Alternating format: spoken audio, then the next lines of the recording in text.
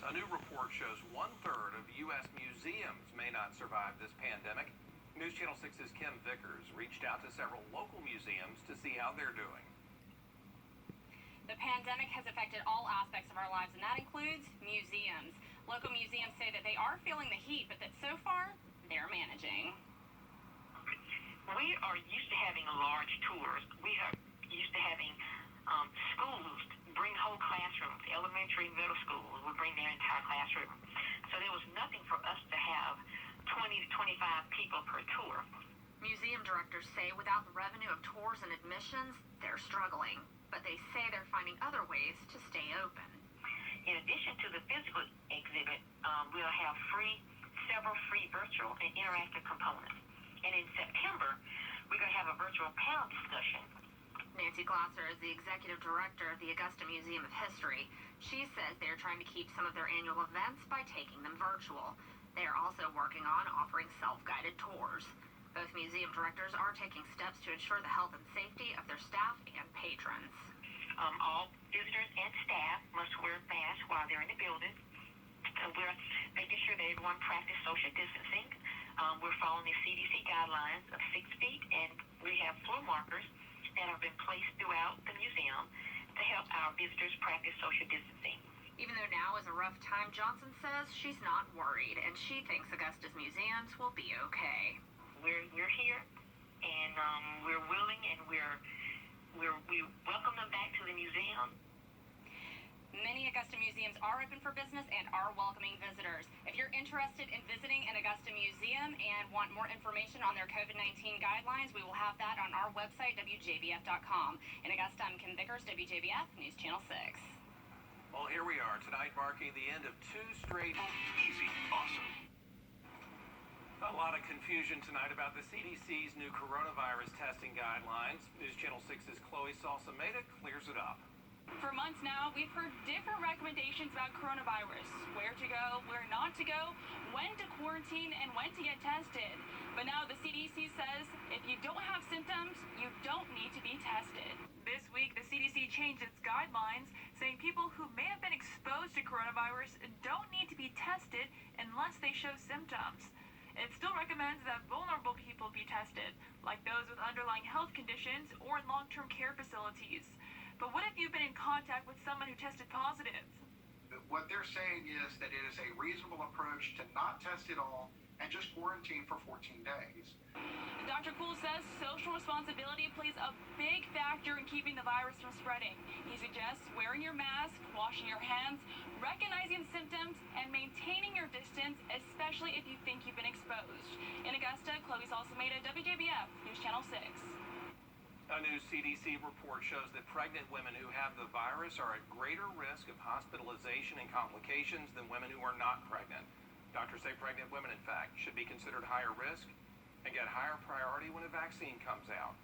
The volume of the lungs is decreased as the uterus grows, and there are immunologic changes, all that make women more likely to have certain respiratory and viral diseases. Other studies show that the risk of preterm birth is increased with women who test positive, and most of those got it during the 3rd trimester, the virus. Still ahead on News Channel 6 at 5, the Gulf Coast reeling after it was hit with one of the strongest hurricanes in the past century. I'll look at the damage as well as other developments from the system next. The W runs a tray. Our thinking is what we can have with the remnants of war coming up in just a bit, Brent. All right, Tim, thanks a lot. Well, the CDC has changed its guidelines when it comes to who should be tested for the coronavirus. News Channel 6's Chloe Salsameda has that. For months now, we've heard different recommendations about coronavirus. Where to go, where not to go, when to quarantine, and when to get tested. But now the CDC says if you don't have symptoms, you don't need to be tested.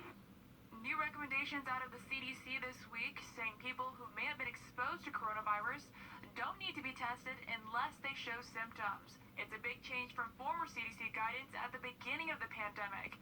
Dr. Philip Kuhl from Augusta University says this was the right move.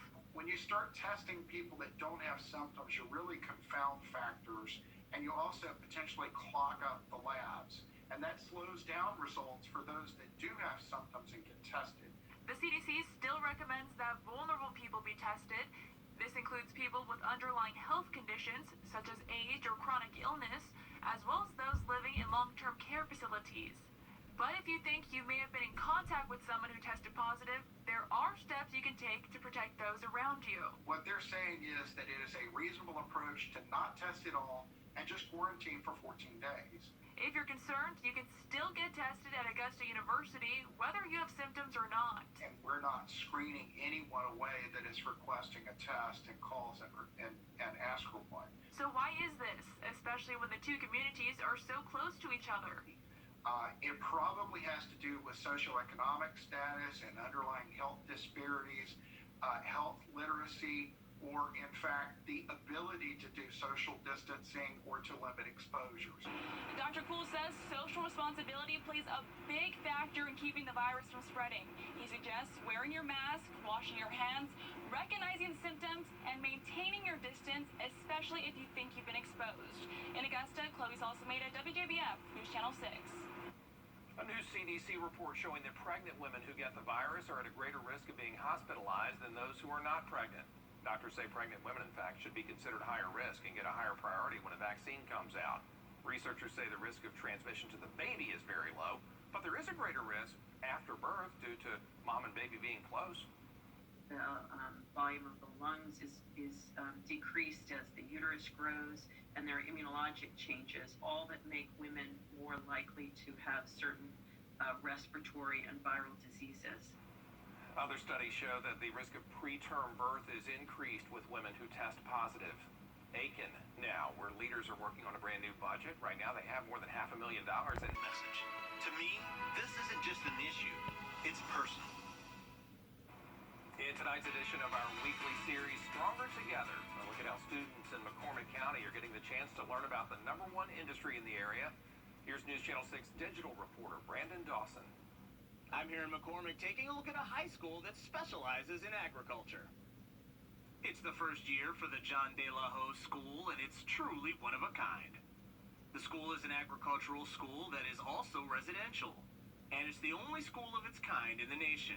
The importance of the school is to train students for the #1 industry in South Carolina. Right now, students can take classes in horticulture, landscape design, environmental natural resources, and more. You've got to come visit our campus. This is, I believe, your first day here, and if you come to our campus, you will see the vision that we all have as faculty here. This campus is actually the state of South Carolina's oldest public school that's still in operation, founded in 1797.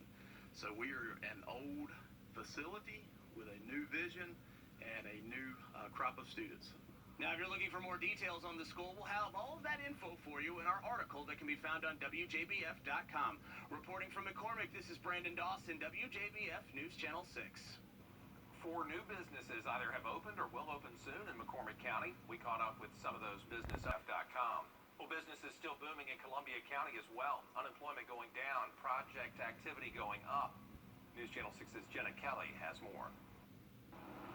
We really have to look at this from two sides of the coin. One side are the people that are being cautious, while the other are opportunists. Much of the stability is from unaffected industries like Fort Gordon and the Savannah Riverside. Executive Director of the Development Authority, Robbie Bennett, says he's seen an uptick in development interest because people are taking advantage of the lower offers available. For Columbia County to be successful, to manage the growth expectations that we're seeing going forward, what those projections look like, we know over the next 15 plus years, we need to be creating 30, 40,000 plus new jobs in our market. The Development Authority is here to show people programs, how to get that information, and how to find information that's trusted. Reporting in Columbia County, Jenna Kelly, WJBF News Channel 6. And our chief meteorologist, Tim Miller, back with us after a